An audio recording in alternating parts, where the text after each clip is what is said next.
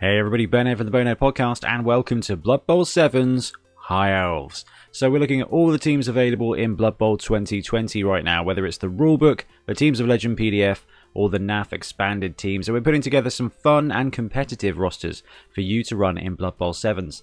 Blood Bowl 7s is a quick play variant of Blood Bowl. It's my favourite way to play. Basically, you can get a game in about 40 to 45 minutes. It uses a slightly smaller pitch, a slightly smaller team, and a much quicker game. Really good fun. If you want to know more about 7s, check out our Intro to 7s video or one of our 2 seasons 7 Super Series, where you can see full kind of mini leagues. Basically, love 7s. Really, really good. We're going to have a look at High Elf rosters today. High Elves are the kind of least popular, probably. High Elf team. They've got better armor, they're still really good at throwing, they're just really good.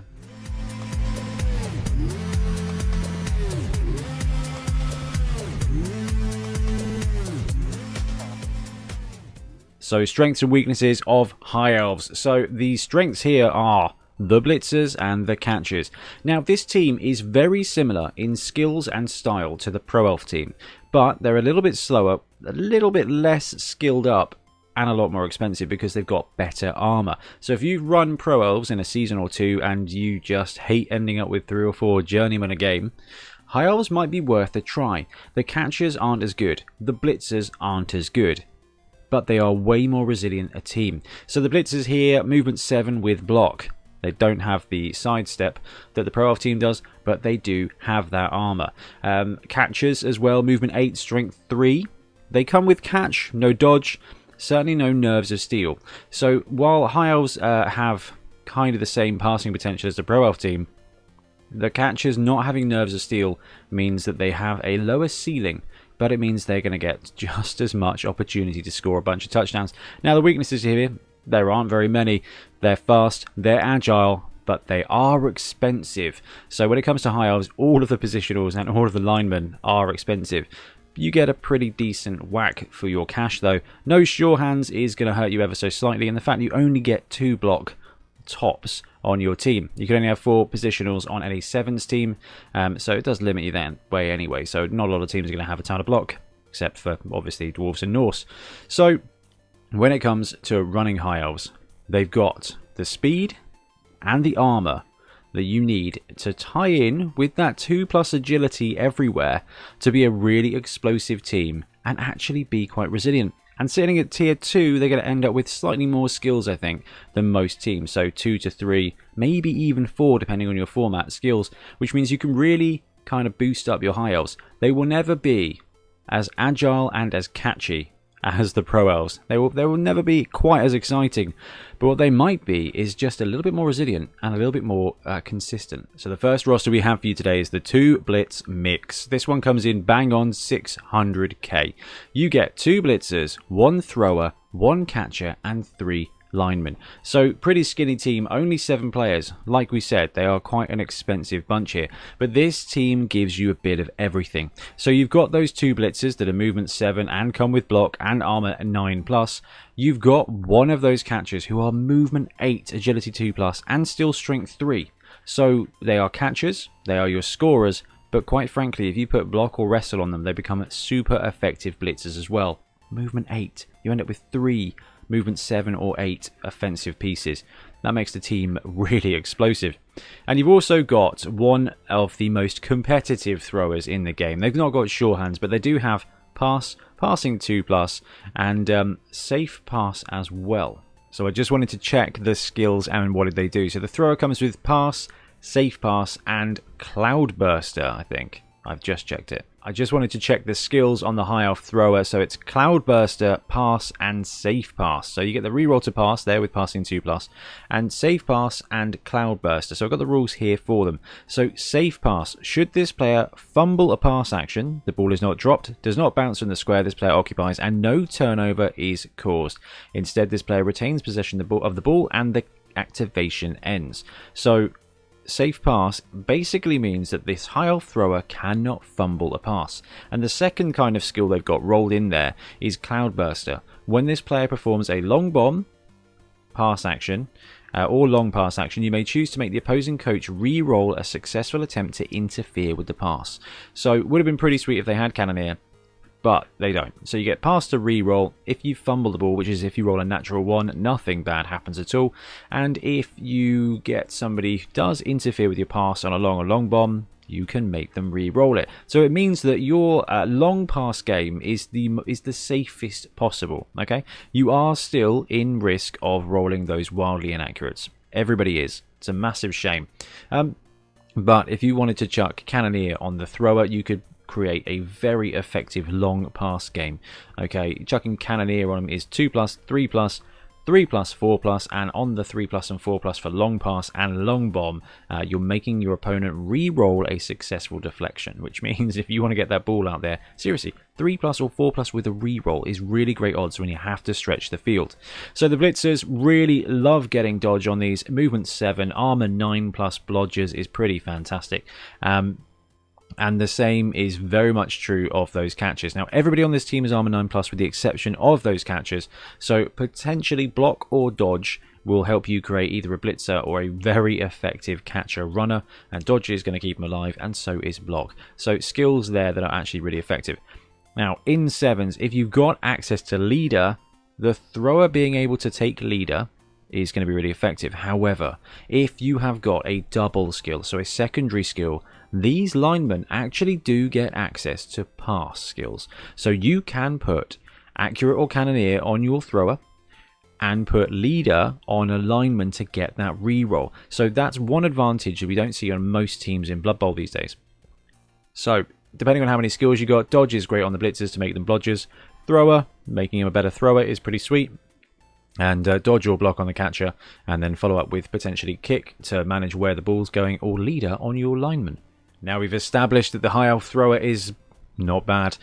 We can look at the max pass build here. So this one comes in at 580. So you want to chuck into assistant coaches there to maximize the opportunity of you swooping in and stealing a reroll on that kickoff result. So 1 thrower, 3 catchers, 3 linemen. Everything we just said about the lineman stands here. For example, if you have a secondary skill, chucking it on a lineman and making them the leader could be pretty sweet, because this roster is all about the explosive plays. You've got the thrower, you've got the catchers, okay? You've got a ton of movement 6, edge 2 pieces, and then you've got 3 movement 8, strength 3, edge 2 pieces. So you've got some serious good game here. Those catchers can be build your own blockers, build your own blitzers, but they can also be really effective runners. So you can spread the field here. You can give them dodge to make the most of their being able to receive. You can give accurate to the thrower for that 1+, 2+ stretch play. But the fact is you've got 3 catchers with high edge. So block or wrestle is going to be really effective to make them good defensive players as well, while accidentally maximizing the movement on this team. You've got that thrower who can control the field, has got a really good passing game, and you've got edge 2+ players with catch. Okay, that's going to be really effective. So it's really minimizing the risk of making those short passes. This is going to be a really volatile offense. The difficult thing here is you're going to have to use those very few skill options to build those catchers, or potentially your linemen, into being some kind of defensive player. So you need some wrestle or you need some block to help pop the ball out. But when the ball is in your care, it's a touchdown. Roster number 3, please. We've got the 2 Blitzer Apo. This one comes in bang on 600k, and there's not a lot in it, to be honest with you. Like I said, high elves are expensive. You get 2 blitzers. We've talked about the blitzers. Blitzers are not bad. You get 5 linemen. As far as linemen go, these guys are pretty tough. And you get that apothecary to keep your blitzers alive. So each of the rosters we looked at so far with high elves, they are low on numbers. The advantage here is you can use a secondary skill to get leader on that lineman, so you don't need to run a thrower. This is one of the few teams in Blood Bowl that is true of. So you can then use the spare cash to put into the apothecary to mean you can keep those 2 blitzers alive. The downside here is you're missing out on some of that sweet movement 8, and you're going to have to use those skills to spread around. But tier 2... you're going to get maybe 3 skills. That's leader on 1 lineman, and then quite frankly, you could, if you wanted, chuck 2 more blocks on those linemen and end up with a 4 blocking roster here with an apothecary to keep them alive. Definitely something to consider. And the last roster we've got for you today is the 7 line reroll build. This one comes in at 590. You get 7 Line Elves and 1 reroll. And the whole purpose of this roster is to just demonstrate actually how expensive the team is. Okay, you're not getting a reroll. But because these Line Elves are very flexible, and you can use a secondary to put leader on them, this roster then becomes a team of movement 6, agility 2+, armor 9+ players, with the potential of 1 reroll plus the leader reroll and 2 other skills to make them do stuff.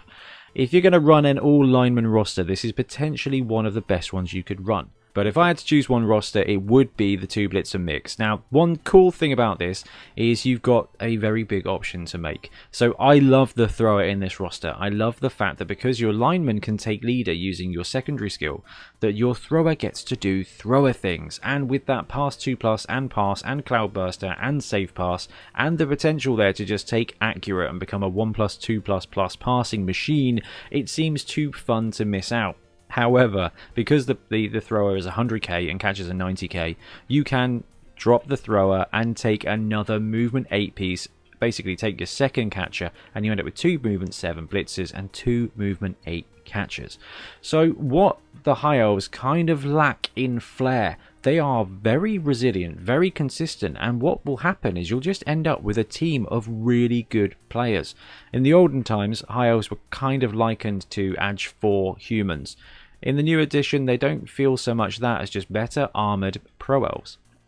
Now, I like Pro Elves, I think they're pretty exciting, so the potential here to take a Pro Elf team, almost, not quite as good, but actually you're going to end up the game with maybe 6 players. That's actually really great, because if you've run Elves in 7s, it can quickly become running Elves in a 5-a-side game, and that gets really tough, especially with the new passing rules changes. This roster, however, really strong passing game, really strong standing there and getting punched in the face game, and with a good smattering of skills becomes a really elite team.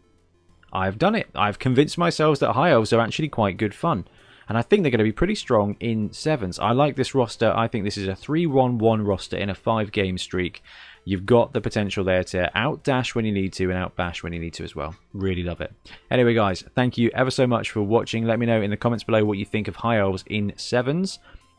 I'm intrigued. Let me know in the comments below what you think of High Elves in 7s. I think I'm a little bit inspired by them now. I think they're pretty potent. I think there's a lot of potential here.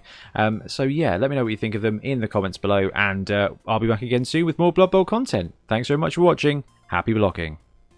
Thanks very much for watching. We really appreciate your support. If you want to support the show even further, please like and subscribe. It really helps us out. Or come and join us in our Patreon, link below, where you get early access to our content and monthly competitions. See you later.